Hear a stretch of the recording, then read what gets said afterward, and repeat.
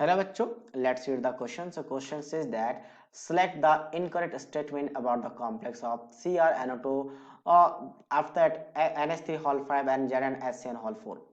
तो इसमें पूछा गया कि इनकरेक्ट कौन सा है। पहला क्या है, it shows coordination isomer. Yes exactly, coordination isomer में क्या होता है, यहाँ पे जो आपका लिगेंड्स हैं इनको एक्सचेंज कर लेते हैं। इसमें दो कोऑर्डिनेशन कंपाउंड सबसे पहले तो होना चाहिए। तो इसके लिए हम क्या करेंगे, फर्स्ट ऑप्शन के लिए हम चेक कर रहे हैं। तो क्या करें, यहाँ पे अगर NO2 की जगह पे एक HCN लेके आ जाए, ठीक है, और NO2 को मैं राइट साइड लेके चला जाऊं, तो लिगेंड्स डिफरेंट होते हैं मेटल के साथ। जैसे पहले आपके पास क्रोमियम के साथ लिगेंड्स NH3 और NO2 था, अब उसके साथ एक HCN और NH3 है। अब Zn के साथ सिर्फ HCN था, लेकिन अब HCN के साथ साथ एक क्या आ चुका है, NO2 ग्रुप आ चुका है। तो ऐसे को कहा जाता है कोऑर्डिनेशन आइसोमर। तो ये एग्जैक्टली पहला वाला तो ट्रू है, हमें इनकरेक्ट ढूंढना है, मतलब फॉल्स ढूंढना है। बी की बात करते हैं। It's optical activity, no. Optical activity हम यहीं से चेक करेंगे, इसको नहीं, यहां से। तो ऑप्टिकल एक्टिविटी के लिए प्लेन ऑफ सिमेट्री नहीं होना चाहिए।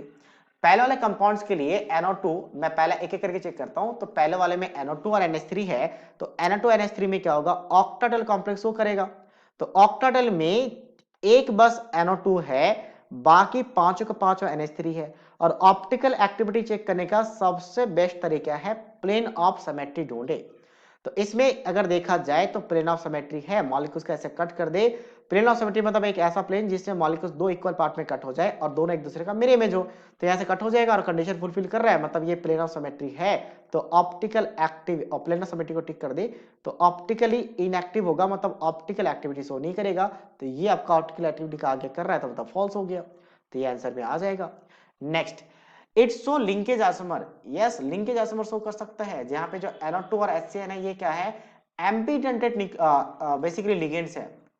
एम्बिडेंटेड क्या होता है, जैसे मैंने क्रोमियम के साथ दिखाया कि NO2 में नाइट्रोजन अपना लॉन पे डोनेट कर रहा है, बट NO2 की जगह पे ऑक्सीजन भी अपना लॉन पे डोनेट कर सकता है। ठीक है, ऑक्सीजन। और अगर ऑक्सीजन डोनेट कर रहे हैं तो इसका मतलब लिंक अलग अलग है। एक बार नाइट्रोजन ने किया, एक बार ऑक्सीजन ने किया, तो इसे क्यों कहते हैं, लिंकेज आइसोमर, मतलब लिंक अलग अलग है। किसके साथ, मेटल के साथ। सेम HCN भी, HCN में क्या करता है, CN नेगेटिव, S नेगेटिव या N का नॉन पेयर दोनों डोनेट कर सकता है, तो इसी को भी एम्बिडेंट कहते हैं। तो लिंकेज आइसोमर पॉसिबल है, तो ये तो ट्रू है, तो ये आंसर में नहीं आएगा। नेक्स्ट, आईपीसिनिन।